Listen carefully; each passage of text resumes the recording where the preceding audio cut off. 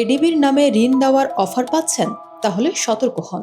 এশীয় উন্নয়ন ব্যাংক বা এডিবি জানিয়েছে, তাদের নাম ব্যবহার করে ভুয়া ঋণের প্রলোভন দেখিয়ে সাধারণ মানুষের কাছ থেকে অর্থ হাতিয়ে নেওয়ার চেষ্টা করছে প্রতারক চক্র। এডিবির এক সতর্কবার্তায় বলা হয়েছে, প্রতিষ্ঠানটি কখনোই কোনো ব্যক্তিকে সরাসরি ঋণ, অনুদান বা আর্থিক সহায়তা দেয় না।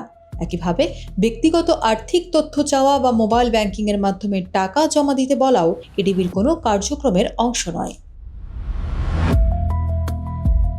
সংস্থাটি জানিয়েছে, সম্প্রতি প্রতারকরা এডিবির নাম, লোগো এবং কর্মকর্তাদের পরিচয় ব্যবহার করে ভুয়া ওয়েবসাইট, ফেসবুক পেজ ও নকল পরিচয়পত্র তৈরি করছে। এসবের মাধ্যমে মানুষকে ভুয়া ঋণের প্রলোভন দেখিয়ে অর্থ আদায়ের চেষ্টা করা হচ্ছে।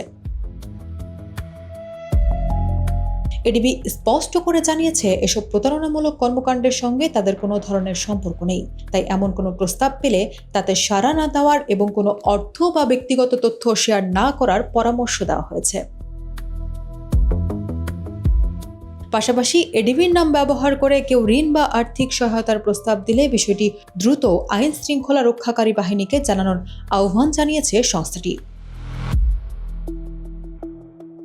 এডিবি আরও বলছে, তারা বাংলাদেশ সরকার এবং বেসরকারি খাতের বিভিন্ন প্রতিষ্ঠানের সঙ্গে উন্নয়ন প্রকল্পে কাজ করলেও ব্যক্তি পর্যায়ে সরাসরি ঋণ বিতরণ করে না। তাই এডিবির প্রতিনিধি পরিচয় কেউ যদি ব্যক্তিগত ঋণ বা অনুদানের প্রস্তাব দেয়, সেটিকে প্রতারণা হিসেবে বিবেচনা করার আহ্বান জানিয়েছে প্রতিষ্ঠানটি।